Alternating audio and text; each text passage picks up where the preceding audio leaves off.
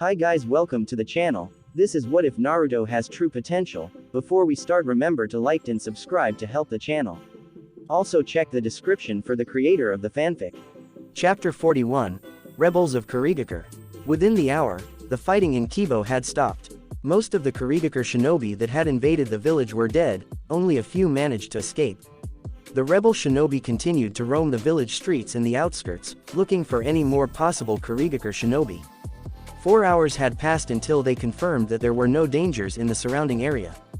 They had won and the village of Kibo was safe, for now. With safety being confirmed, the rebel shinobi allowed the civilians to leave their shelters. Each one sang praises as they walked back to their homes. Praise be to the gods for Mei-sama and her troops. She is the one that will save Mizu no Kuni. All hail the future Godime Mizukage. Shikamaru, Hinata, Dosu, and Haku watched as the civilians left their shelter and listened to their words. Haku had a bright smile on his face while the three Konoha shinobi appeared to be confused. You would assume that they would be much more anxious and upset considering that the village was nearly destroyed. Dosu said. Shikamaru nodded his head in agreement. They worship the ground this Mei woman walks, don't they? You would understand if you knew her. Mei-sama is a remarkable woman with a great heart that is fighting for the best interest of all of Mizu no Kuni, not just Kiri.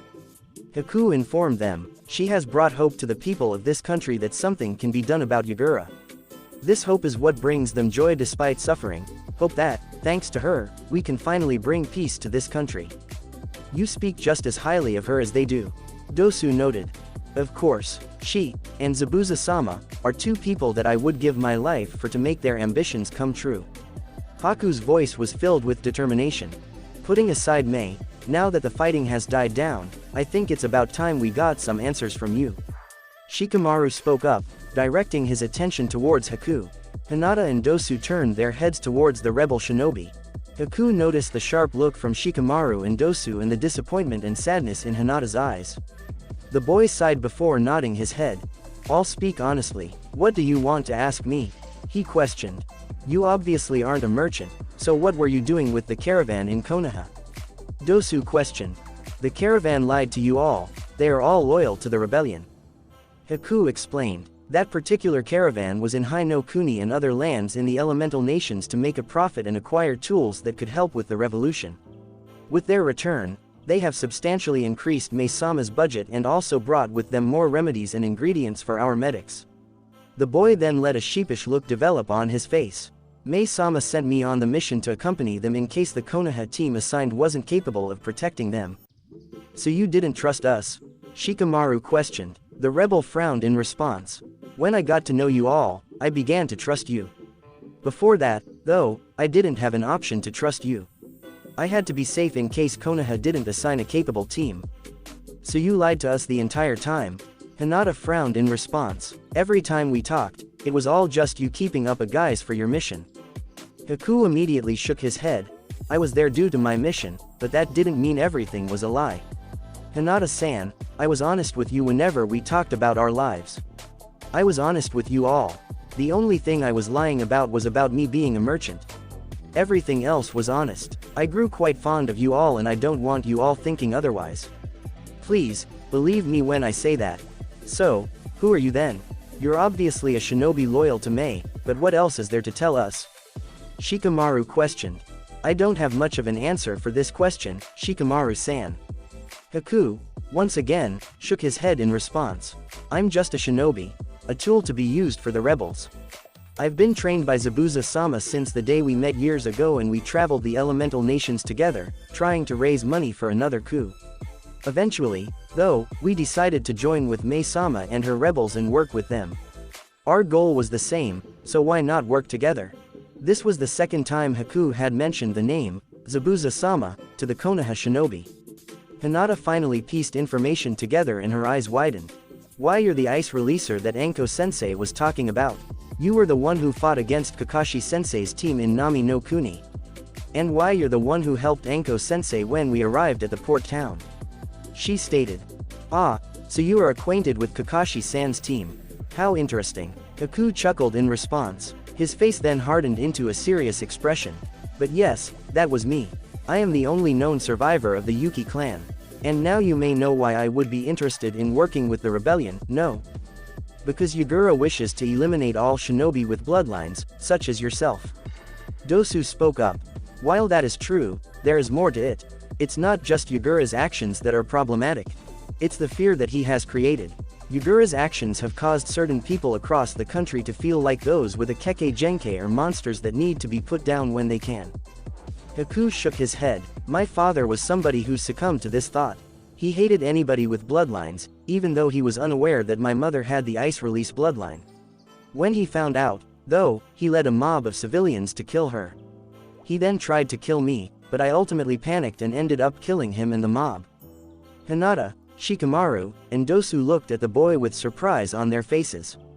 They couldn't comprehend his story, how a man could allow such fear and hatred develop in his heart that he would be able to kill his wife and child. Haku didn't seem to notice their surprise, however, and continued speaking. I joined the rebellion against Yagura because Zabuza-sama was the one to find me and take care of me when my parents died. I am loyal to his wishes and he wanted to join the rebellion to kill Yagura, so I joined with him. However, I also fight to end the fear that plagued my father. By destroying Yagura's version of Kurigakure, I believe that we may become closer to achieving this goal and ending this hatred. He said. You're a really passionate guy, Haku. Shikamaru commented after a period of silence. A smirk developed on his face. You actually sounded a little like a friend of ours back in Konoha, wanting to destroy hatred and stuff. I would most likely get along quite well with him. Haku replied. He sighed once more before giving the Konoha shinobi a nervous look. But if you a friend with those beliefs, do you understand what I would be fighting for? And why I would be willing to lie to you all? We understand. And don't worry, Haku-san, we support you. Hinata smiled at the boy. You're our friend, after all. A bright smile developed on Haku's face. He felt his eyes tear up, but he quickly rubbed the tears away before they could develop. I'm glad you feel that way, he stated. The tension in the air faded and the four shinobi relaxed as they began conversation about each other. Haku was somebody who enjoyed talking and was willing to tell the Konoha shinobi anything they wanted to hear and let them know about what life was like as a rebel in Kurigakure. As they continued to talk, however, a thought re-entered Hinata's head. Haku-san, can I ask you a question? Not about the rebellion, but about something else. Hinata asked. The boy nodded his head, prodding her to continue with her question. When we arrived in Mizu no Kuni and those men attacked us, you helped Anko-sensei fight. But, despite my Byakugan, I didn't see any trace of you until you started fighting. And then you vanished as soon as the fight was over. Hinata explained. A frown then developed on her face as she realized something. And come to think of it, I never saw much of a chakra network from you when we began our mission back in Konoha. How were you able to hide your presence in chakra network from me all this time? Haku opened his mouth to respond, but the words died on his tongue as he saw another man arrive. Zabuza-sama. The Konoha shinobi turned their heads in the direction Haku was looking at and saw Momochi Zabuza approaching him. All three of them immediately bowed their heads in respect. The 7 swordsmen of Kurigakure shinobi gave them a curious look at their attitude, but shrugged. I was looking for you three for a little while now. Figures you would be with Haku. He seems to have a soft spot for Konoha shinobi. Zabuza commented. Haku looked sheepish at the remark and rubbed the back of his head. The 3 Konoha shinobi, however, didn't seem to notice. Their attention was focused on Zabuza. You were looking for us? Shikamaru questioned. I was doing a favor for your commander. Anko-san's finished being looked over by our medical corps and I thought you all would want to talk to her. He explained. Was Anko-sensei hurt? Hinata asked nervously. Zabuza shook his head in response. She's fine now. Still, you guys should probably talk to her. I'll take you 3 to her. With those words, Zabuza started to walk off. The 3 Konoha shinobi stayed unmoving for a few seconds until the Kurigakure rebel turned his head and gave them a sharp look. Don't waste my time, brats. Hurry up, he ordered. Immediately, Shikamaru, Hinata, and Dosu nodded their heads quickly before they rushed over to him. Hinata-san, Haku called out to the kunoichi as she was starting to walk away. Hinata turned back to face him. Find me at Kibo Bakery when you get done with talking to Anko-san. I'll answer your question there. The Hyuga nodded her head in understanding and smiled back to the boy, happy that she would get answer to her question. She then turned her focus back to following Zabuza. Zabuza led the group to a pub within the village. When they got inside, the four walked into a back room that was filled with caskets of wine. Zabuza walked to a nearby wall, placed his right hand on a particular brick on the wall, and channeled his chakra. Within a second, the wall raised itself, revealing a large hallway with brick-covered walls. There were many doors throughout the hallway. Zabuza led the group to a particular door before starting to walk off. "She's in that one. Tell her she owes me a favor for this," the man grumbled in response before leaving. Shikamaru put his hand on the knob and opened the door. The trio walked inside and were greeted with a plain-looking room with an operating table and a desk with various equipment lying on it. Sitting on the table was Anko. The Jonin currently was writing in a scroll. She had a few bandages tied around her arm and under her jacket. "Anko-sensei, are you alright?" Hinata questioned. "I'm fine," Anko replied, not letting her eyes leave the scroll. "I got into a fight with the commander of the invading forces and I accidentally got hit by an attack of his and it nearly killed me. But right now, I'm fine." Bitterness was evident in Anko's tone of voice. She obviously did not want to discuss her fight with this commander. Noticing that, Shikamaru decided to ask her about something else. "What are you writing?" he asked. "I'm writing a summary of what has happened to the Hokage," Anko answered with a sigh as she finally looked away from the scroll to her subordinates. "How are you going to get it to him? And what are you even saying in it?" Shikamaru continued to question. "Summoning jutsu. One of my snakes can deliver the message to him faster than any person could," Anko answered with a shrug. "And I'm letting him know about the situation in the village and why we got involved in a fight between the rebels and Kurigakure. I'm sending it in hopes to get his opinion about what we should do. We're in a situation where our actions represent Konoha, so I want to hear what he thinks about the situation before we either flee back to the village or if we stay and help out around here." She then returned to her writing. "Also, I'm writing this to him so that way he doesn't get blindsided if Kiri does declare war on Konoha." Hinata's eyes widened in response. "Do you really think Konoha could go to war because of this?" "We could," Anko sighed. "Konoha can't afford going to war at the moment. We handled the invasion from Suna and Odo well, but that still did some damage to the village. We're still recovering," Shikamaru grumbled in response. "But Kiri shouldn't be able to afford going to war with Konoha either, though," Dosu commented. "If Konoha were to work with the rebels, then the combined strength would surely overwhelm the current Kurigakure government. Surely the Mizukage most know that it would be foolish to declare war and potentially bring Konoha together with the rebels. In theory, you'd be right. Kiri shouldn't even consider declaring war on us," the Jonin stated as she put down her scroll once again. "The problem is, though, that the Mizukage is batshit crazy. It's well known that Yagura lost his sanity as a result of the Third Shinobi World War. You can't assume that he'll make a rational decision with something like this. He'd probably declare war on Konoha for less, honestly. If he declares war, then he and Kiri will lose," Dosu stated. Anko shook her head in response. "It's possible, but if we went to war, Konoha would lose a lot of shinobi despite the victory. There are quite a few shinobi that we'd have to fight against. In addition, Yagura is the Sanbi Jinchuriki." Shikamaru's, Hinata's, and Dosu's eyes widened at the news. They heard horror stories about the sanity of the current Mizukage as well as his strength, but they had never heard anything about him containing a biju. "He's like Han-san and Naruto-kun?" Hinata questioned nervously. "A Jinchuriki?" Dosu, too, seemed concerned. "Correct."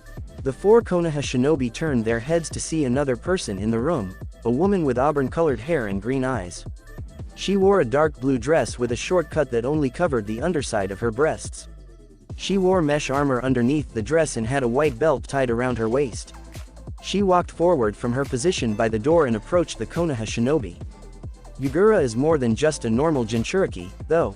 He has mastered the Sanbi's chakra and has complete control over the biju, becoming a perfect Jinchuriki, if you will," the woman commented.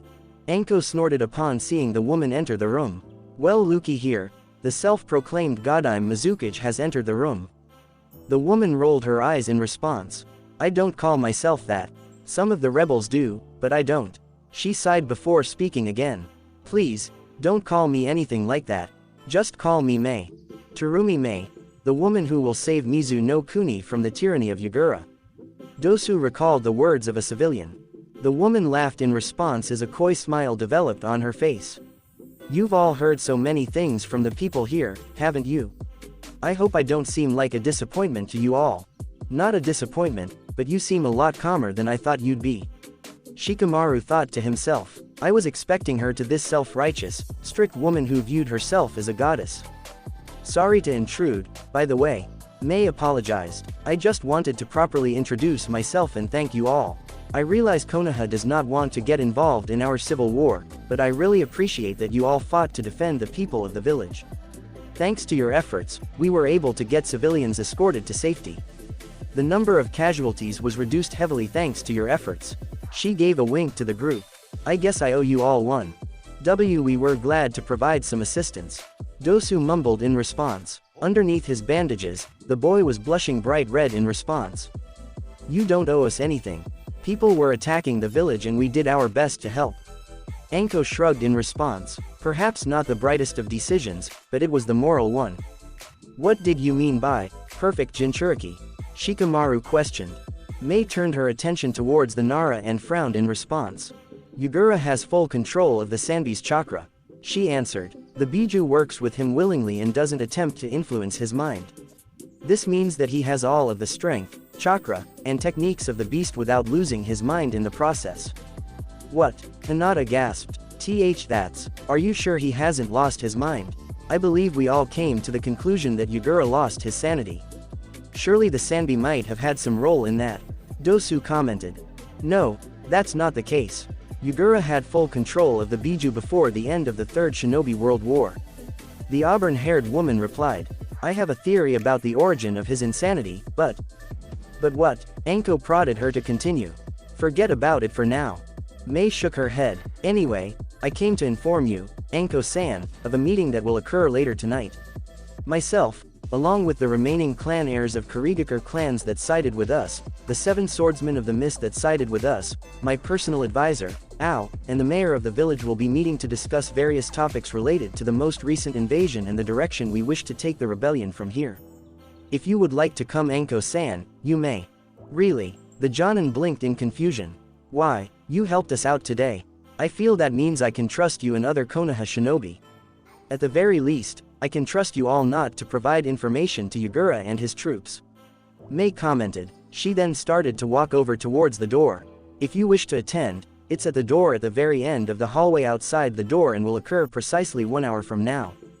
Mei gave a bow before she walked out of the room. The Konoha shinobi were now left alone in the room. I presume you are going to go to this meeting, Anko Taiko? Dosu questioned. Yup. Anko nodded her head in response. Gonna finish my scroll and send it to the Hokage, though. If you guys want to go out and try and get some sleep, go ahead. It was with those words that the Konoha shinobi realized that it was past midnight. The adrenaline of the invasion made them forget the time of day. Almost on cue, Shikamaru proceeded to yawn. I'll definitely take you up on that offer, he stated. Likewise, Dosu replied with a yawn of his own. I'm going to do a quick errand, then head on back. Hinata stated. Errand? This late? Dosu questioned. Realization then dawned on his face. Oh, you wish to converse with Haku? Hinata nodded her head. Go for it. I will still head back to the inn, though, but you should probably meet up with him. I don't think it'll be long. The Hyuga mentioned. I probably will be. I got no clue how long this meeting could be. Anko sighed. She noticed the trio starting to walk out of the room. Guys. The group stopped immediately and gave her their attention. Look, we're in a very crappy position. There's a chance we'll need to get the hell out of this country ASAP. Or there's a chance Konoha will be going to war and we'll have to stay here and help with the effort. But regardless, we'll do our damn best. Train whenever you can. I'll definitely be pushing myself like hell during these few days and I expect you all to do the same. I want to make sure the 4 of us return to Konoha alive. Do you all understand? Shikamaru, Hinata, and Dosu nodded their heads in understanding. With the conversation over, the 3 shinobi proceeded to leave the room. Anko was now left alone. She proceeded to return back to writing in her scroll. Get this over with as fast as possible. Then go to that meeting, learn whatever shit I can, then get sleep. Tomorrow, though, is going to focus on nothing but training. Anko told herself as her eyes narrowed. I'm not letting myself get taken down like that again. Next time I fight somebody like Jinpachi, I'm going to skin him alive myself. And I need to make sure that my team can fight like that as well. Determination moved throughout Anko's body as she began making preparations for the next day. After leaving her teammates, Hinata walked through the village streets, looking for the Kibo bakery. It only took her a few minutes to find the building. Compared to other buildings in the area, the bakery seemed to have taken little damage. The only noticeable damage was a few holes on the walls. Hinata quickly walked up to the building and opened it. Inside was a small sitting area with a couple of tables. At the end of the building was a display case that was filled with various sweets and breads. Sitting at one of the tables were two people. One was a young woman that appeared only a few years older than she was. She had straight red hair with a white band directly over her forehead, preventing the hair from going too far down into her face. She had on a purple sleeveless kimono with yellow trimmings and seemed to have mesh armor underneath it. She also wore a short white skirt. Sitting across from her was Haku. The two were drinking from cups when they noticed Hinata's presence. Haku smiled and quickly made a gesture, ushering for her to come over. The Hyuga walked over and bowed before taking her seat. "It is nice to see you again, Haku-san. And it is nice to meet you too, ma'am. I'm sorry to interrupt," she spoke politely. "I invited you, no need to apologize." Haku chuckled in response. "And no need to call me ma'am.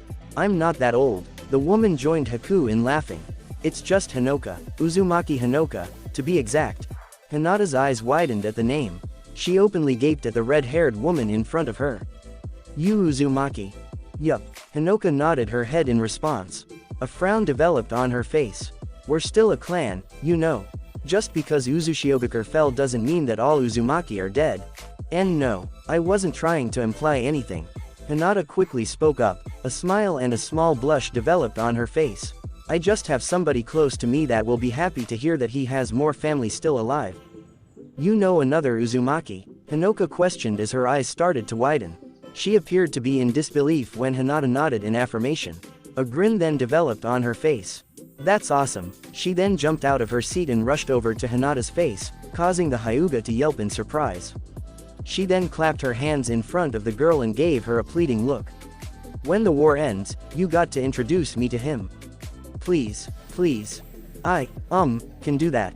Hinata mumbled in response, feeling uncomfortable due to the woman's closeness to her. "Hinoka-san, please, let Hinata-san breathe." Haku continued to chuckle. Hinoka immediately calmed down and jumped away from the girl. She returned to her seat and gave her a sheepish look. Sorry about that. I just couldn't contain myself." That's fine," Hinata replied, still feeling a little shaken up. Do all Uzumaki get that excited? She really is Naruto-kun's family. Anyway, Hinata-san, I don't mean to rush this, but Hinoka-san and I have a meeting we need to get to soon, so I will try and answer your concerns as quickly as possible. You wanted to know about how I was able to hide myself from your Byakugan, right? Haku questioned. Hinata immediately calmed down and turned her attention to Haku. She then nodded her head in response. I trust that you wouldn't do anything with that ability to me, Haku-san, but I need to know how you can do it. It's disturbing that you'd be able to, Hinata admitted with a frown. I understand, Haku replied. I hope my answer doesn't disappoint you, though. It's not the most complicated thing. The ice release user proceeded to roll up the sleeves of his uniform until he reached his arm. On his right arm was a sealing tag with an elaborate seal designed to resemble the Byakugan eye. Hinata looked at it intently and activated her Byakugan. To her surprise, with her eyes, she could not see the sealing tag. It was only visible when she was looking at it without her dojutsu. How is that possible? She mumbled to herself. The seal was designed in a manner so that way it would be unnoticeable to everybody. The chakra that's present inside it is transferred instantly into the person's body, meaning there is no chakra signature from it. Nobody would be able to see it unless they physically saw it, not even somebody with a Sharingan or Byakugan. As far as anybody would be concerned, it's just a part of my clothing. Haku answered. Unnoticeable, Hinata continued to repeat those words. The seal can be activated with a single hand sign. When it is, the chakra that the seal transferred to the person's body is triggered and it creates a sealing agent from the inside. As long as the chakra on it is active, no chakra can be noticed by any observers. The ice release user continued to explain. However, the seal will only remain active so long as the user uses no jutsus, and therefore, does not use their chakra. That will result in the person's chakra resurfacing. Hinoka spoke up, pride evident in her voice. Once the person is finished with battle, though, they can reactivate the seal and have their chakra signature vanish completely. It would appear as if they disappeared. The person would then appear to be some standard civilian. It's the perfect camouflage. That's. Hinata turned her head towards the Uzumaki. She then shook her head. This seal actually gets past my Byakugan. Also gets past chakra sensors. It's the perfect stealth tool. Hinoka declared. She then tightened her left hand into a fist as a grin developed on her face. One of my proudest creations, honestly. You designed it? Hinata asked. How? General Fuinjutsu knowledge. I'm an Uzumaki. What did you expect? Hinoka questioned with a shrug. Granted, it took a lot of trial and error. Thankfully, though, I had Masora-san's chakra sensing abilities and Ao-san's Byakugan to practice with. They helped me test out every seal until I designed that one could get past them. And once I accomplished that, I knew I created. Excuse me. Hinata spoke up, interrupting the Uzumaki. Although she was still interested in hearing more about this seal, as concerning it was to her, the woman had just said something that had stolen Hinata's attention. Ao-san's Byakugan, you have a Hyuga amongst the rebels. Fuck. Hinoka cursed mentally. I should not have said that. I should not have said that. Number. Haku answered after a period of silence. We do not. Another period of silence developed amongst the trio. Hinata processed what both of the Kurigakure rebel shinobi said. If this man, Ao, possessed a Byakugan but was not a Hyuga, there was only way he could have received it, by killing a main branch Hyuga in battle and stealing it for himself. It was this practice that created paranoia amongst the Hyuga clan and resulted in the initial reasoning behind the main family and branch family split. I see. Hinata finally mumbled in a quiet, emotionless voice. Haku opened his mouth to say something, but the words died on his tongue as the door to the bakery opened up once again. Zabuza walked in and approached the table. The meeting is about to start. He told them sharply. Are you Mei's little messenger boy now, Zabuza? That's all you seem to do nowadays. Hinoka informed him teasingly. Can it, Uzumaki? The swordsman replied stiffly. Anyway, you two should come with me. Both Haku and Hinoka nodded in response. They proceeded to follow the swordsman out of the room.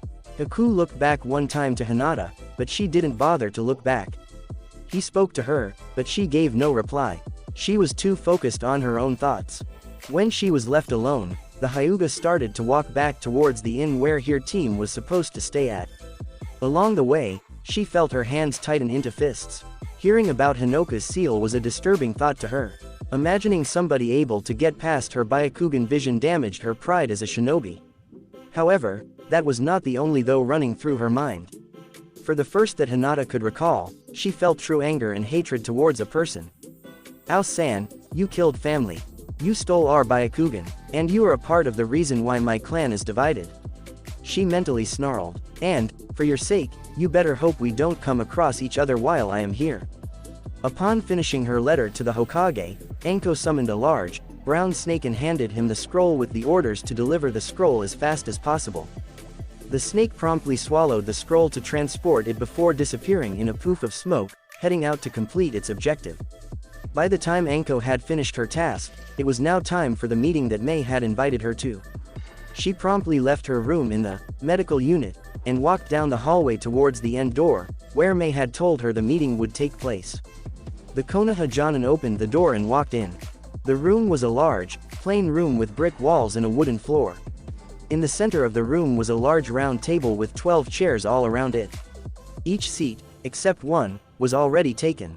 Anko's eyes wandered as she noted all the people sitting in the room. She immediately noticed Terumi Mei. Sitting next to her on her left was Momochi Zabuza. Sitting next to him, to her surprise, was one of the merchants she had escorted, Haku. Next to him was a young woman with red hair that reminded the Jonin of an Uzumaki.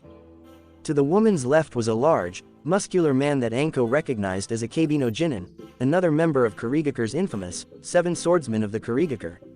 Next to him was a man with glasses and a long blonde hair tied into a ponytail wearing a black full-body suit and a matching black mask that went to his nose. Anko recognized him as Doku Sugita, the medical shinobi that had treated her after her fight with Jinpachi. After Sugita, however, Anko stopped recognizing the others in the room. Next to him on his left was a very lean boy with straight white hair and shark-like teeth.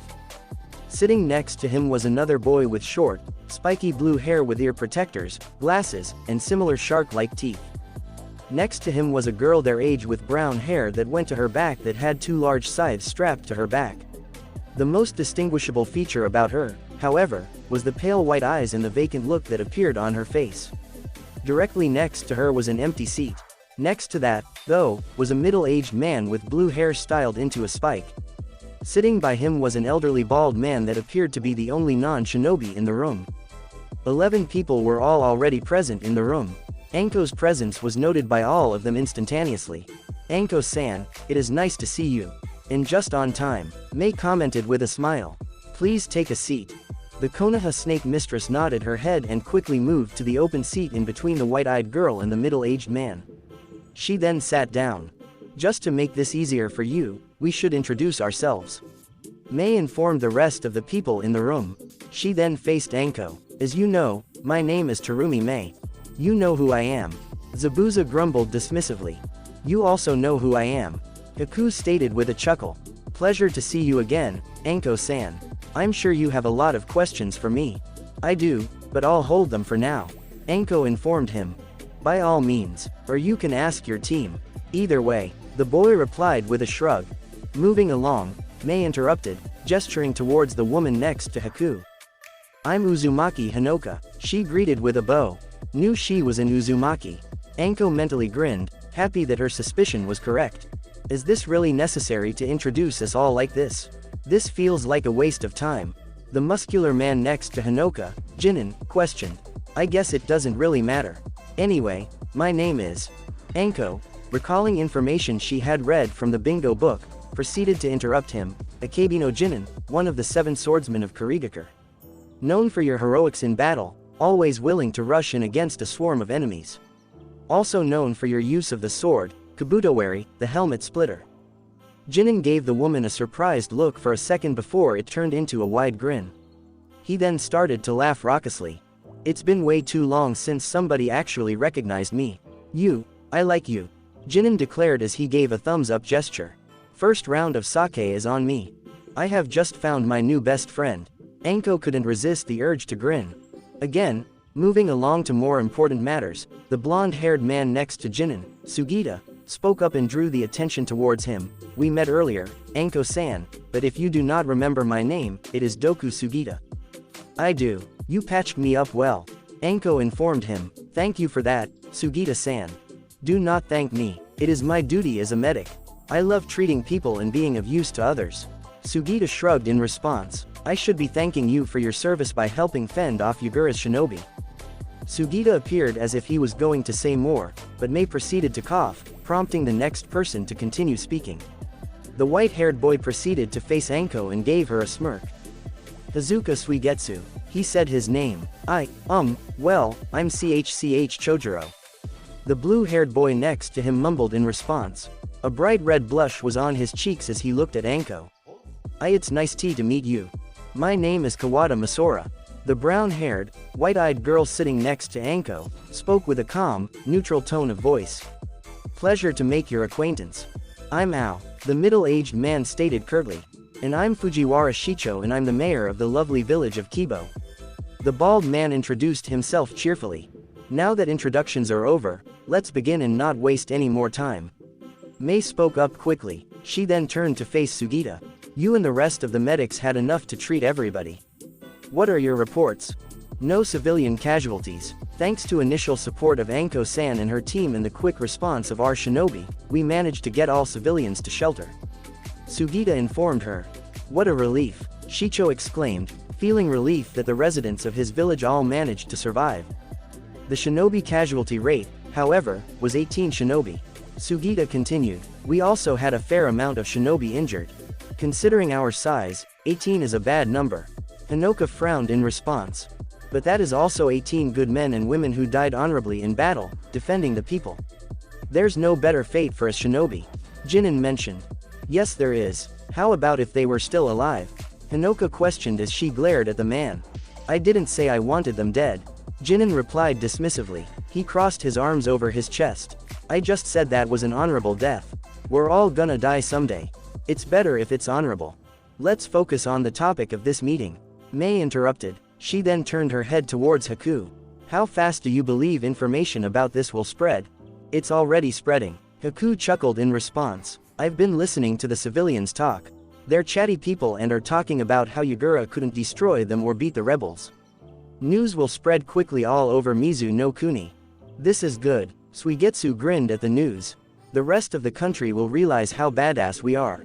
We'll have more support. To play devil's advocate, though, that also means Yagura will hear this information rather quickly and know he's losing his image. Masora spoke up. That'll aggravate him and motivate him to send out more attacks against us, or maybe for him to personally lead the next attack. Suigetsu's grin died instantly. Silence filled the room for a moment as the rebels imagined a personal invasion led by Yagura. This civil war has gone on long enough. Mei sighed, breaking the silence. We need to end it as soon as possible. We could always go with my idea and just invade Kiri already. Jinin offered. Kill Yagura and slaughter all the troops that are loyal to him. The end. Jinin, you're an idiot. Ao shook his head. It's not that simple. The swordsman responded to that comment by slamming his fist onto the table. Well, why the fuck isn't it? We have to do it eventually, you know.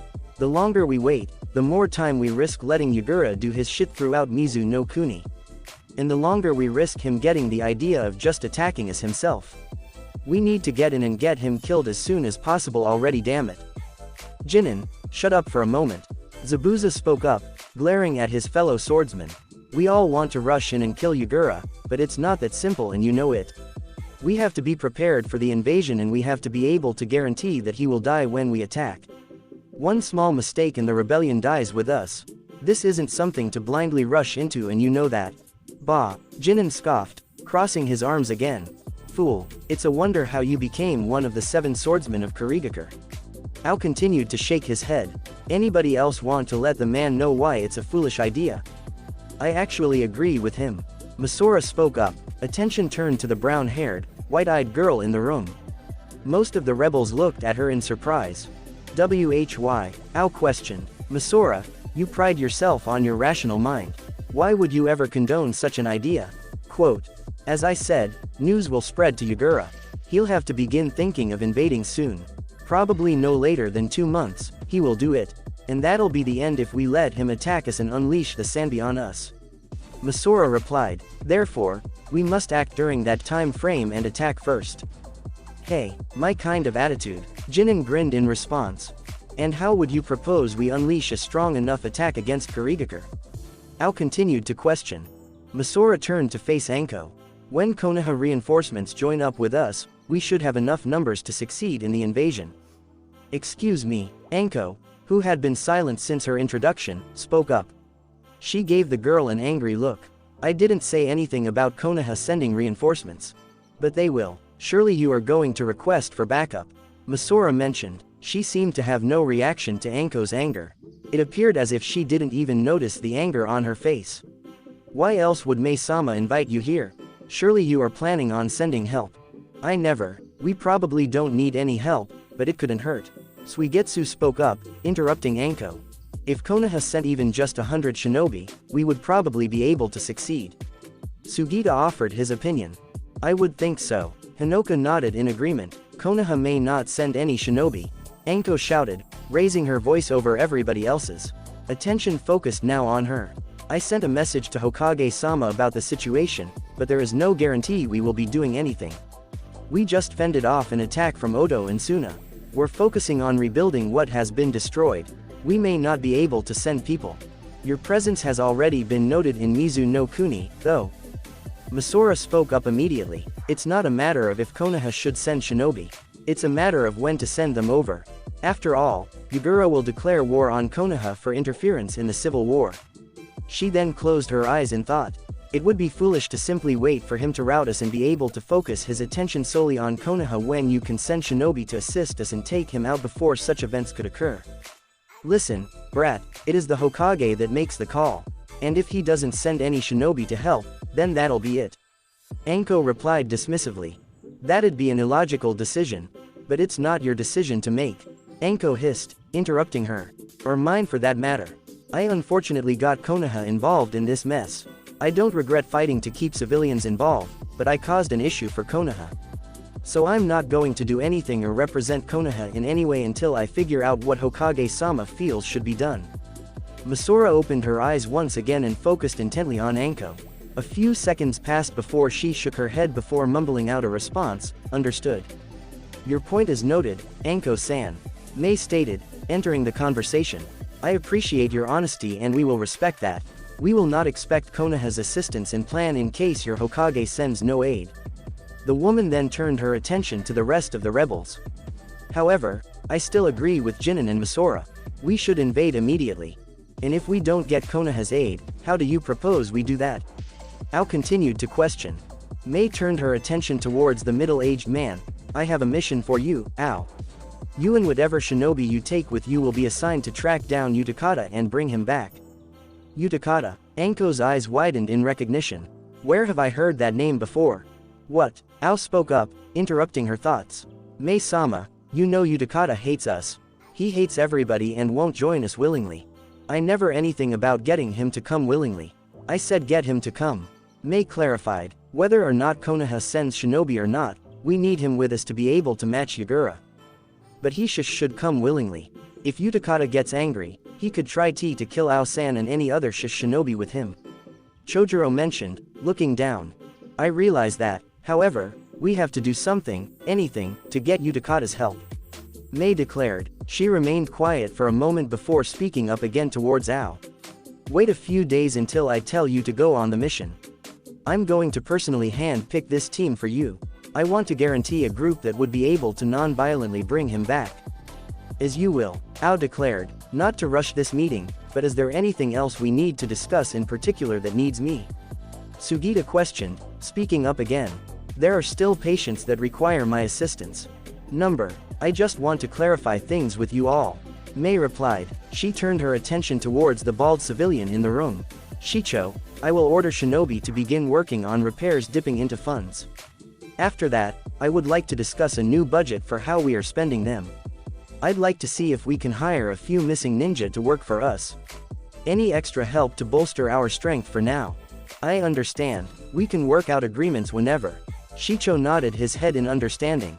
As for the rest of you, our invasion will happen shortly after we eventually bring back Utakata and, if we are fortunate enough, when Konoha shinobi join us. Mei informed the rest of the shinobi. For now, I want you all to keep training. Get stronger to prepare for the invasion. It must occur without a single problem. Am I understood? Understood. The Kurigakure rebels all declared in unison. Good. Mei nodded her head in understanding. Then you are all dismissed. With those words, the rebels proceeded to get out of their chairs and walk out of the room. In a few moments, Anko and Mei were left alone in the room. The auburn-haired woman proceeded to sigh. You seem tired, Anko commented. I am. I'm normally not this serious. I hate politics, Mei replied with a frown. But this is serious business. Every action I make has the weight of all the lives in the rebellion and everybody in Mizu no Kuni. I understand that, and I respect that. I really respect you as a woman who is putting her all in to save her country. To be honest, I think you'd make a good role model for young Kunoichi. Anko stated, her eyes then narrowed into a glare. I don't, however, respect that you tried to sucker me into getting Konoha involved in your war. Is that why I was invited to this damn thing? No, although I was planning on asking you about Konoha. Mei admitted. It seemed as if Misora seemed to come to the same idea as well, though. I hope you can forgive her for being so blunt about the issue. She's an annoying brat, Anko concluded. Honestly, she's a good kid. She's extremely intelligent and is somebody who can discuss anything with anybody. I'm sure you'd like her if you gave her the chance. The rebel stated, but that doesn't matter. I wasn't trying to force you or Konoha into something. I'll respect the Hokage's orders if he requires you all to leave. I did, however, want to see if you could even make the request. I already sent my letter, explaining the situation and listing what I thought were options that he could take. He'll make up his mind and go with something. The Konoha Jonin said with a sigh. Look, I'm not trying to be a bitch or something. I sympathize with the situation and that's why I had my team try and help defend the village from that attack. But I really don't know if Konoha is even in a position to help fight a war, even if it's just a battle. All I can say is that I'll follow the Hokage's orders, and if he wants us to stay and fight, I'll do it. I appreciate that, at least. Mei said, if you may, I'd like to hear back as soon as you get a response. I want to make necessary preparations for this invasion as soon as possible. Sure thing, Anko replied. The Konoha Jonin proceeded to start walking towards the door. If that's all, though, I'm going to go back to my inn. It's been a long day. Before you leave, Anko-san, Mei called out to the woman. Anko stopped walking and turned to face her. I would like to extend an offer. The rebels need training for the invasion. If you or any of your subordinates would like a chance to spar, I know anybody would accept. A grin then developed on Mei's face. Myself included. Word spread about your involvement with Orochimaru's death. I'd love a chance to fight you. A similar grin developed on Anko's face as she continued to walk towards the door. Give me a time, I'll be up for any sparring. With those words, Anko proceeded to leave and went on her way towards the inn. The morning came quickly for everyone in the village of Kibo. Sounds of reconstruction disturbed sleep as people, both shinobi and civilians, began working on repairing buildings that were damaged in the attack. By the time the sun had officially rose into the sky, everyone was awake and beginning their necessary work. The Konoha shinobi were no exception to this rule. After a brief breakfast in the inn, Anko rushed over her team to a clearing in the forest that surrounded the village. Along the way to the clearing, Anko began to tell the team about the meeting she had observed. By the time they arrived, she had finished explaining everything. So if this invasion is happening, then the Kurigakure civil war should be ending soon. Shikamaru noted, either the shinobi loyal to the Mizukage or the rebels will win in the invasion. And that victory will determine who wins the war. Yup, Anko sighed in response. What is your opinion about this? Do you believe that Hokage-sama will wish to get involved in the conflict? Dosu questioned. Honestly, it's a matter of if he can afford it. I know the type of person he is, and he would support the rebels over Yagura's troops. He'll want to help take him down. However, keep in mind the Suna-Oto invasion. I don't know if he can afford to send any more people down. And I'm pretty sure that the damn advisors he has will tell him not to send anybody.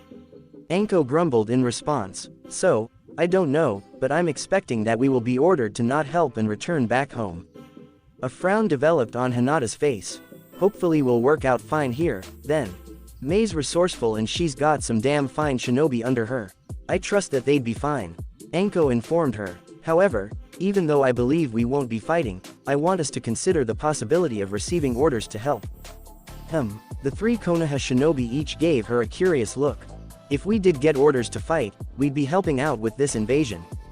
We'd all be fighting Kurigakure shinobi that, to be honest, will be a lot stronger than the ones who tried to invade Kibo. And we'd be fighting a much larger amount. And I have to admit, I'd be concerned about our survival in such a situation. Anko admitted with a sigh. Surviving an oncoming invasion is one thing, surviving an invasion that you are part of is another. And it's a task that has a lot more inherent risk of death. There's a lot more variables that need to be taken into consideration. Even if our side won, there's a chance we could be on the casualty list. So, if we end up being ordered to help with the invasion, I want to make sure that we all are able to survive it. We're going to all be going through an extreme training regime, the Jonin declared intensely. Hinata, Shikamaru, and Dosu immediately gave looks of determination at the Jonin. They remained quiet, waiting to hear her next works. I know I'm higher ranked than you three and I am the leader of this team, but I won't be training you three. No, you will train at my level. I will push you three to keep up. And if you want any chance to survive an invasion like the one that's being planned, then you all better damn well keep up with me. When do we start? Shikamaru questioned, speaking up for the group. A grin developed on Anko's face. Right now. 4 hours had passed since the Konoha shinobi began their training. Hinata, Shikamaru, and Dosu were currently breathing heavily as they struggled to remain standing. Each of them were bleeding heavily on various parts of their arms and legs. Anko stood directly in front of them, staring at them intently. Although she was still much more composed than them, she did show signs of fatigue. She also had a few cuts on her arms that were still bleeding. When Anko took training seriously at her level, her regime rivaled Maeda Gai's personal training. It was intense for anybody that hadn't reached a Jonin's chakra levels, chakra control, strength, stamina, and reflexes, but it was necessary in her mind. This wasn't simply pushing her and her team to getting stronger, this was shoving them off a cliff. Do you do this to yourself all the time? Dosu questioned. Yup, usually a little tougher, though. Konoha has training ground 44, which is an ideal environment for this type of training. Anko replied with a shrug. Isn't that the forest of death from the Chunin exams? Hinata asked. Her question suggested surprise, but her tone did not convey the emotion. She was too tired to feel anything other than exhaustion. Yes, it is. I forgot that you all have been in there for a moment. The Jonin chuckled in response. When we are back in Konoha, I'll encourage group training sessions there. That'll really toughen you brats up. Great, Shikamaru sighed. Anyway, we'll take a break for a little bit. Anko replied. After that, I'd suggest you all do some independent training. Maybe find some rebel shinobi and ask to spar them. Mei extended the offer and it'd be a good opportunity. We all need to get tougher, after all. I know I got a few people on my personal list I'd like to test myself against. Sparring is fine, but probably not right now. Dosu replied. The boy appeared to be breathing the heaviest amongst the team. I can't speak for Hinata-san and Shikamaru-san, but I'm exhausted, and would make a horrible sparring partner. Oh, I suppose. Anko shrugged in response. I'll take you guys to medical and get you all treated. Medical. But we aren't part of the rebels. Hinata, despite her own exhaustion, found the ability to frown. They probably have their own priorities. I wouldn't want to bother them. They should be able to look at you guys at least. I met the director of the medical corps here, a guy named Doku Sugita. And he's a cool guy who's overly passionate about treating wounds and stuff. He'll definitely make the time to look at you guys. Anko told them with a chuckle. What did you do to them? Sugita questioned Anko excitedly. Anko was right. Doku Sugita was a man who would take the time to treat their wounds without a second thought. Anko, however, underplayed how passionate he was about treating the wounds. His eyes were currently rushing from wound to wound on each of 3 Konoha shinobi as he began to come up with his own scenarios about how each wound occurred. Training. The Konoha Jonin replied with a shrug. Just training, Sugita commented as he began taking blood samples of the 3 Konoha shinobi. What type of training? Well, the first thing we did was, oh look, your blood type is AB. Sugita interrupted the woman after examining the blood sample he took from Shikamaru. Would you consider yourself somebody who is cool, rational, and adaptable? I suppose. Shikamaru blinked in confusion. Just curious. You're also probably irresponsible. The medic replied with a chuckle. A scowl developed on Shikamaru's face, but he ignored it. Sugita then looked at the blood sample he took from Hinata. And you're a type A. Very reserved, but you're also patient and very responsible, although you have a tendency to be too stubborn at moments. Hinata mumbled in response. And you're an O. He then turned his attention to Dosu. Confident and intuitive, I bet. But you definitely have a cold side to you and can come across self-centered. Dosu immediately realized what Sugita was rambling about. This caused the boy to sigh in response. You're one of those people who believe in Ketsukigata.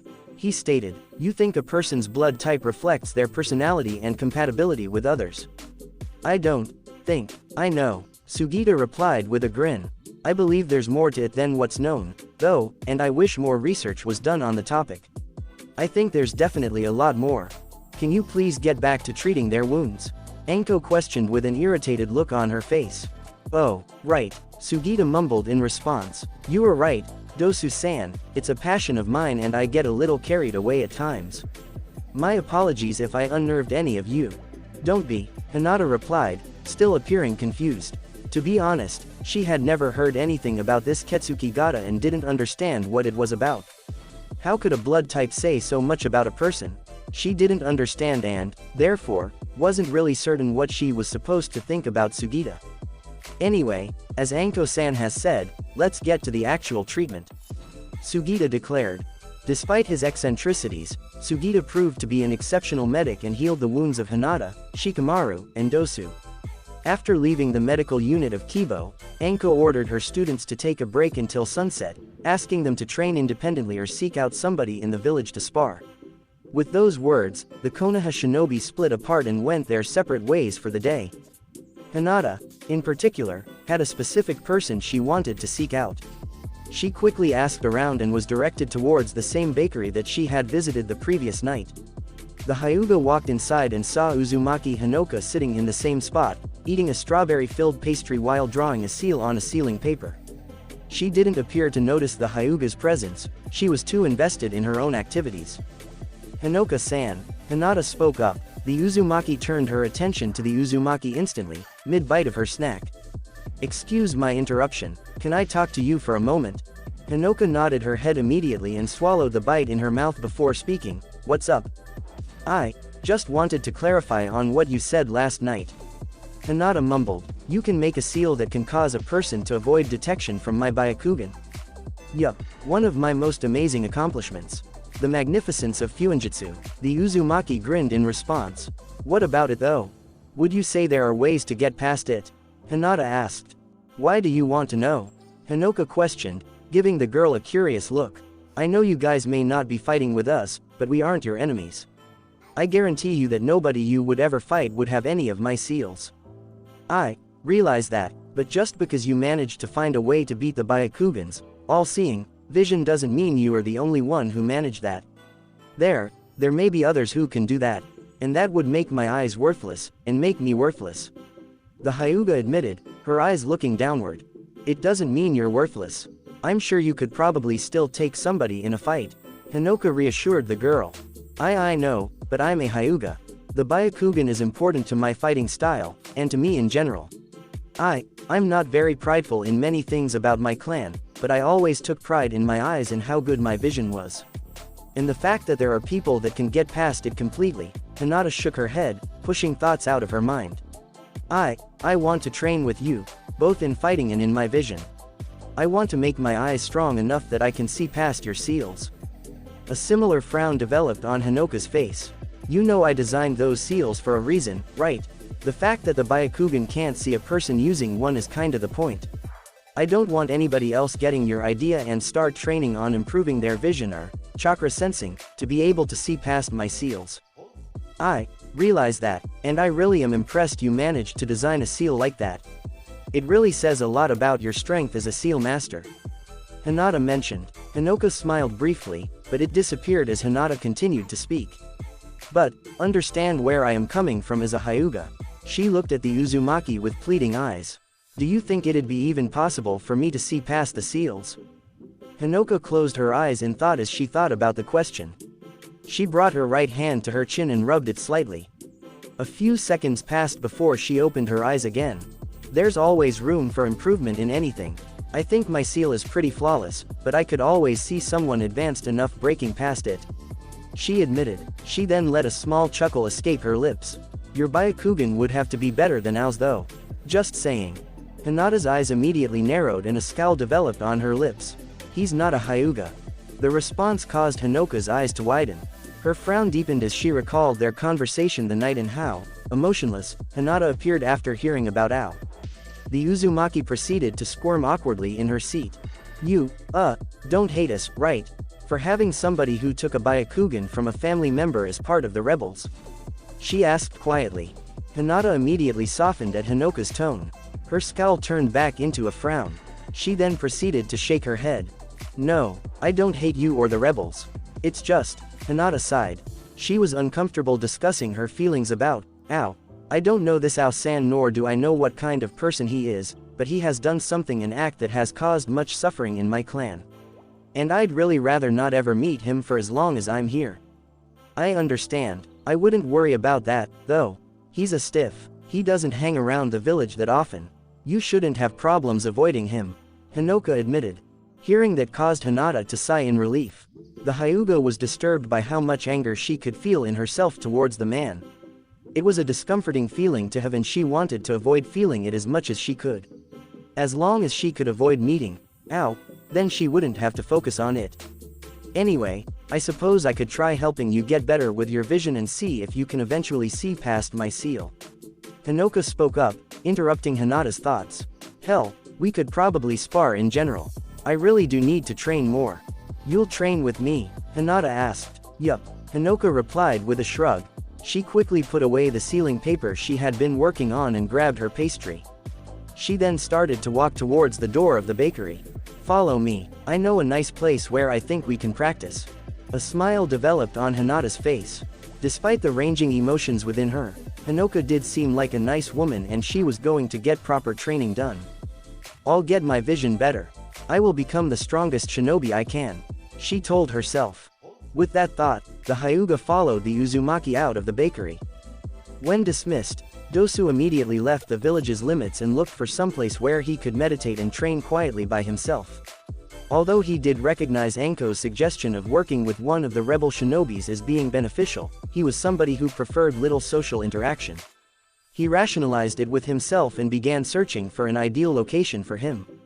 It took him a few minutes to come across a small lake nearby the village that had plenty of open space around it. Only a few scattered trees were nearby.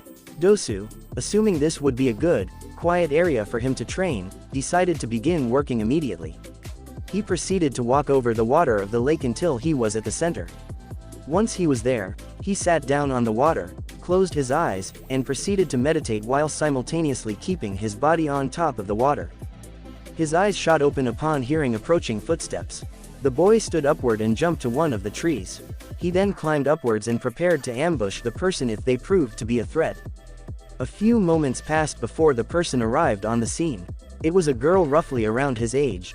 She had long, straight brown hair that went down to her back and clear white eyes.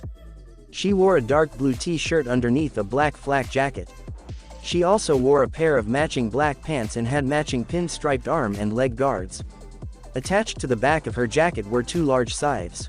The girl wore her Kurigakure forehead protector around her neck.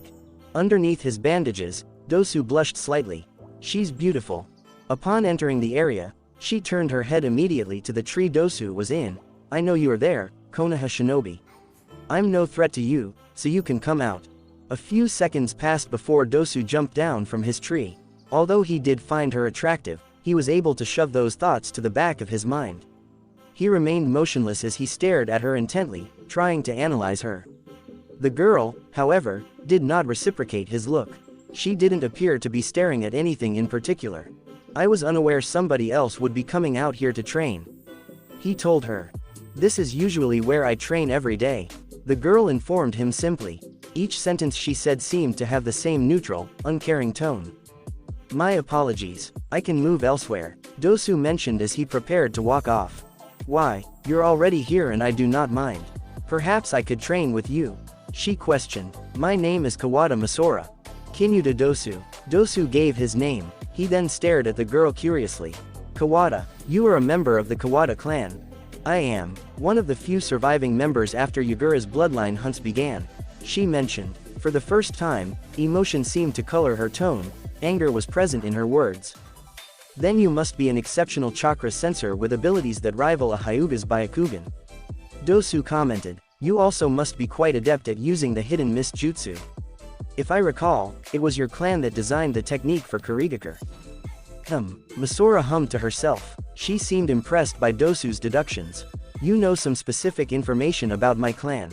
Most people have become unaware of my clan since the end of the Third Shinobi World War. How interesting. I read a lot. I know quite a bit about most clans around the world. Dosu replied with a slight shrug. That's a practical study. It makes you prepared for different enemy shinobi. Masora noted. A curious look then developed in her eyes as she reached for one of her scythes. I wonder how useful that information really is though in combat. You wish to spar? The bandage-wearing boy questioned. Of course, I would like to test the information you have, she stated sharply. Dosu originally did not want to interact too much with the rebel shinobi, but he felt himself feeling comfortable with this girl. He could tell by her word choice and the way she talked that she was not somebody who enjoyed meaningless conversation. She was to the point and wouldn't try to question him about his life. The two of them would be able to effectively train together. I would also like to test the accuracy of my information, Dosu replied as he got into a stance to fight. He gripped his gauntlet tightly. Whenever you are ready, Masora replied with a slight taunting edge to her voice. With those words, the two shinobi charged at each other. Shikamaru grumbled to himself, mumbling various profanities as he continued to walk through the streets. When the group was dismissed, Shikamaru began to ask around, looking for a particular person he would like to train with. Haku. He found an answer rather quickly. Haku was usually wherever Momochi Zabuza was, training with him. What was annoying, however, was that nobody could give a straight answer where Zabuza would be. It took him roughly a full half-hour before he finally received a straight answer. Upon getting it, Shikamaru began walking towards a large, plain-looking gray building on the edge of town. It was described to Shikamaru as a warehouse, but the building apparently had a large open area that was suitable for training. Taking a deep breath, the Nara opened the door to the warehouse and walked inside. Fire style. Great Dragon Fire Jutsu. Water style. Water Dragon Bullet. Shikamaru stared wide-eyed as he watched two large dragons, one made of fire and one of water, collide against each other. Both Dragon Elemental attacks cancelled each other out. Shikamaru then turned his head and noticed the two combatants in the warehouse, Zabuza and Anko. Your fire actually managed to evaporate my water dragon. I'm impressed, Zabuza admitted with a smirk. Of course, Anko grinned, but you're no slouch either. I'm impressed you made that many hand signs so quickly to use that jutsu. If you're a shinobi and you are not quick, then you're dead. He replied with a scoff. He tightened his grip on his large broadsword. Then show me how quick you really are. Anko challenged. The two jonin proceeded to charge at each other. Zabuza immediately swung her sword directly at her, trying to cut at her. Anko jumped upwards and avoided the attack. She then held out her hand and released multiple snakes from underneath the sleeve of her jacket. The snakes rushed at Zabuza, but the swordsman jumped backwards. The snakes continued to charge after him. Zabuza, this time, sidestepped and avoided their advances. He then charged once again towards Anko, gripping his sword tightly and preparing to try cutting her again. Intense, isn't it? Shikamaru mentally jumped at the new voice. He turned his head to the left and noticed Haku approaching him. The ice release user was currently watching the fight intently. Anko-san is much tougher than I thought. She can keep Zabuza-sama on his toes and force him to take their sparring seriously. This is a good match for them both. Especially because, from what I heard, she had a bad match against Jinpachi. Zabuza-sama is somebody who can really prepare for another fight with Jinpachi if it ever comes up. Haku mentioned. They're good. Then again, that's why they're jonin and why they have entries in the bingo book. Shikamaru replied with a shrug. He turned his whole attention away from the fight and onto Haku. I was looking for you actually, Haku. Do you mind training with me? Train. Haku gave him a confused look. What did you have in mind? Do exercises and work on jutsu together, or simply spar? Anything. As long as we both get stronger, I don't care what we do. The Konoha shinobi replied with a sigh. I don't know if we're going to war with you guys, but we could and I'd like to be prepared for anything. I'd like somebody who could push me to get stronger. There are probably better people to ask. Haku commented. I could give you some other names. Haku, I know you are stronger than me. That's all I need. I just want to train with somebody that's better than me. Shikamaru interrupted him. Alright, follow me then, Haku mentioned as he started to walk towards the exit of the warehouse. Why do you want to be stronger, though? Shikamaru seemed confused by his question. The two shinobi stopped talking until they got out of the warehouse, leaving Anko and Zabuza to their spar. Once outside, Haku started to walk towards a training area he was familiar with. Along the way, he asked Shikamaru his question again. Why do you want to be stronger? Is it simply because of the war? He clarified. Is it all about not wanting to die? I'd be lying if I said that wasn't a factor. No, I don't want to die. Shikamaru shrugged in response. But more than that, I don't want my comrades to die. A scowl developed on his face. That incident in the restaurant during the invasion could have ended disastrously if you and the other rebels didn't intervene. There had to have been something I could have done to prevent Hinata, Dosu and I from being in that situation. But I didn't do it and we nearly died. I don't want that to happen again. I want to be physically and mentally capable enough to keep my allies alive in any given scenario. That's why I need to get stronger. Hey, Haku chuckled in response. That must be the infamous will of fire talking. There's a reason it's our village's mantra. Shikamaru replied sharply. Oh no, don't believe that I was mocking it. Far from it, I really respect the belief. It's an attitude I hope Kiri is able to borrow when this war is over. The ice release user admitted. Regardless, I agree with your beliefs and I share them. I wish to get stronger as well to keep Zabuza-sama, Mei-sama, and my comrades alive. You and I can both work together and get us closer to achieving this goal. Sounds good to me. The Nara smirked. The two shinobi continued on their walk towards Haku's training grounds, prepared to give it their all and get closer to achieving their goal. Naruto grumbled to himself as he moved back and forth in his sleeping bag. The boy had a difficult time sleeping since he got to Uzushiogakure. The ruined village was not a comforting place, both metaphorically and literally.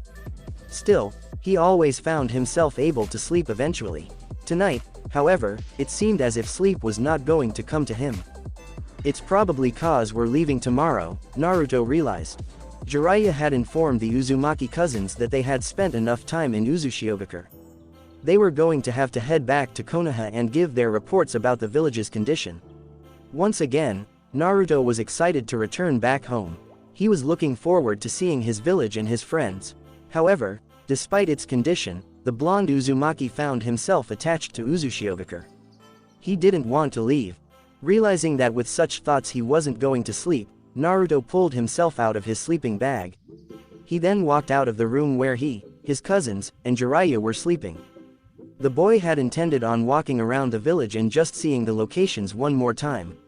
When he left his room, however, he was greeted by Masakado. The Sandaime Uzukage was currently mulling over a seal, drawing meticulously. "You're awake, Naruto?" Masakado questioned, not looking up from his seal. "Yeah," Naruto admitted, "I'm having a hard time sleeping." "Just stop trying. Sleep is a useless bastard. Nighttime is a much more productive time period to get work accomplished. Trust me, kid, it's best to embrace insomnia." Masakado informed him with a chuckle. "If your body really needed to rest, it'll force you to." "Hey, I guess you have a point."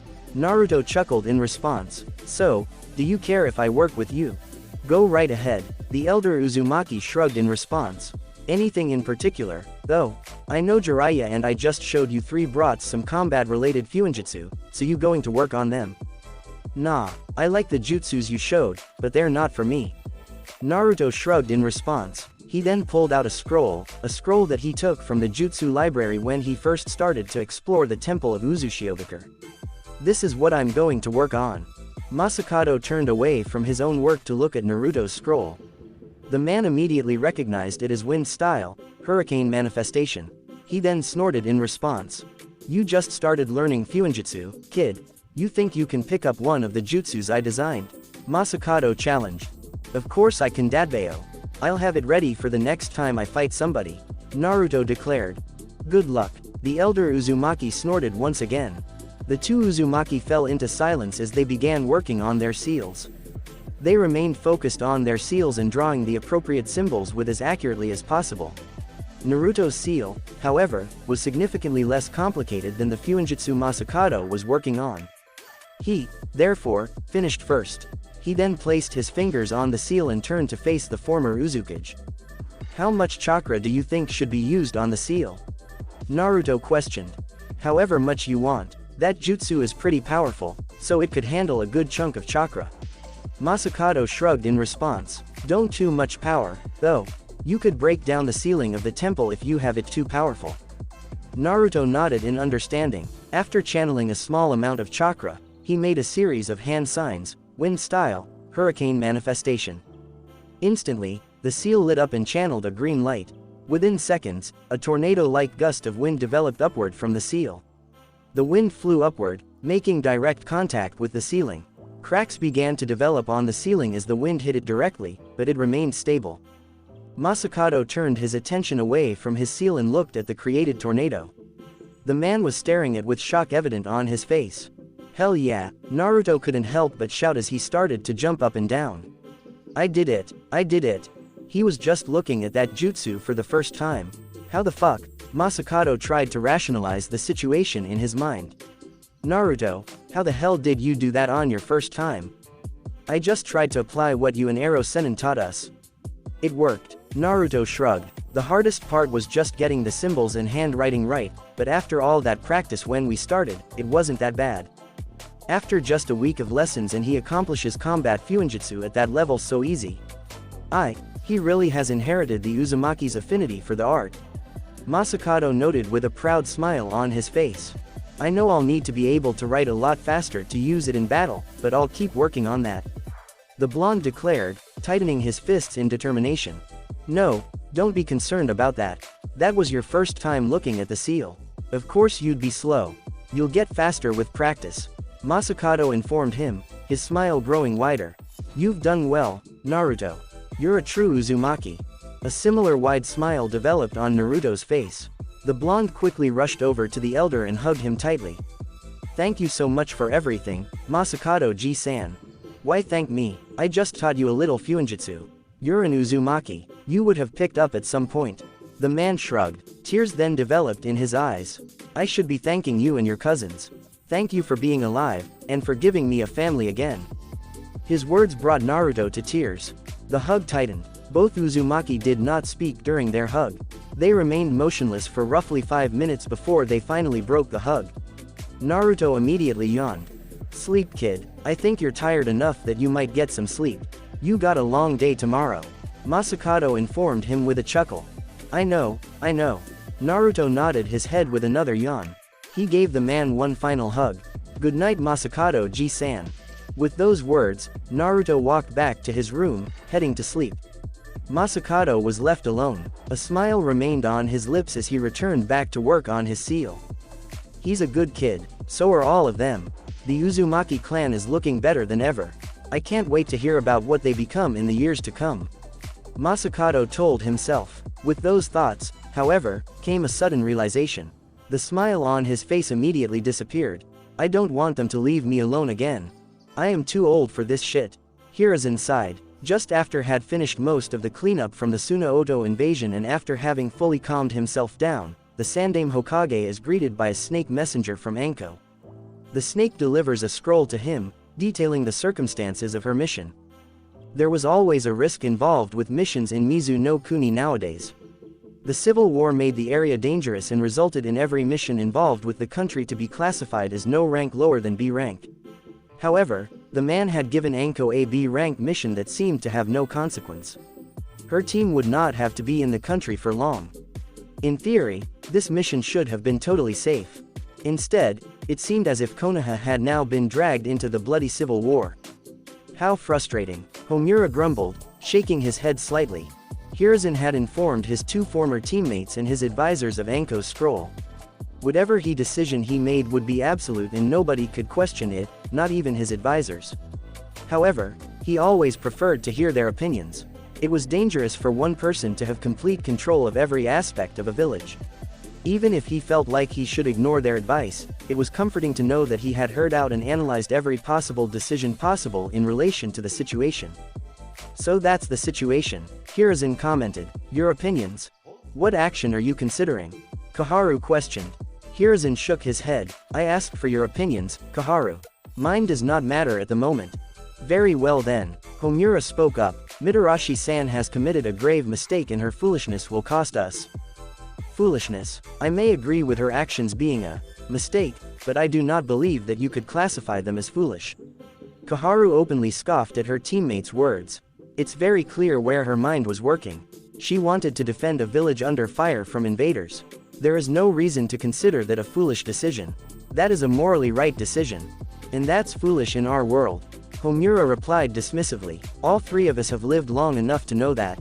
To be a shinobi, you have to ignore everything else other than your village and your mission. I would agree with Koharu. Hiruzen mentioned. Although it is true that our priorities should lie with the village and our missions, it does not mean we should disregard our morality entirely. I do not fault Anko-san's decisions. Fine. The morality behind her decision does not matter much anyway. Homura stated. A slight scowl developed on his face, but was gone in a second. Admit, though, that she has forced Konoha into an unfortunate circumstance. Kurigakure will most likely declare war on us once they finish dealing with their civil war. Most likely, Koharu sighed. Therefore, I feel as if we should focus our time in strengthening our village, making contact with Iwa and any other allies we have, and prepare for the upcoming war. So you advise not having a part in the civil war? Hiruzen questioned. Correct. She nodded her head in affirmation. Konoha is still recovering from the invasion. We have neither the shinobi nor resources to waste. I disagree with that, Homura mentioned. Koharu turned her attention toward her former teammate and narrowed her eyes. Explain. We exaggerate Yagura's insanity. He won't declare war immediately. He'll wait until Kurigakure is united under his rule and strengthen them. Then, he will come for us. And his rampage could very well destroy the village. He answered matter-of-factly. The best way to deal with him is during this civil war. As long as he doesn't have a full nation's worth of shinobi under his control, he won't be as much of a devastating opponent. In addition, we will have the rebel shinobi to use as allies. They'll be more likely to die in this war than our own shinobi. They are tools to you then. Hiruzen's eyes narrowed at the man. I suppose you could put it that way, but at least if we achieve victory against Yagura, some of them will be alive. Koharu's plan of action will ensure every single one of them will die. Homura declared. It would be an unfortunate result, but we must always remember that in such a situation, Konoha is the priority. Koharu stated. That is true. That is the reason why we need to get involved and destroy Yagura before he becomes a threat to Konoha. Homura continued to say. That is all I needed to hear from you two. Hiruzen spoke up, raising his hand. This action silenced his two partners. I have been thinking about this situation too much in regards to morality. Hearing your takes on the logistics about our action was appreciated. Then what is your intent? Koharu questioned. I will prepare an army to march to Kiri and join the rebels. He declared. Koharu made a conscious effort to keep her face neutral. Homura, on the other hand, let a small smirk develop on his face. So you agree then? He questioned the Hokage. I do. We will be able to ensure that the rebels are not entirely wiped out, eliminate Yagura's tyranny, and prevent our village from being a target of war. Hiruzen stated. The two advisors were dismissed. Hiruzen returned to his desk and immediately wrote a response to Anko. He summoned a small monkey, gave it the scroll, and instructed it to deliver the message to Anko. With his task done, the Hokage began considering what shinobi he would send on an invasion force against Kurigakure and Yagura. I really am too old for this shit. Thanks for listening. If you want the next part of this video, be sure to like, subscribe and comment and hit that bell notification. See you next time.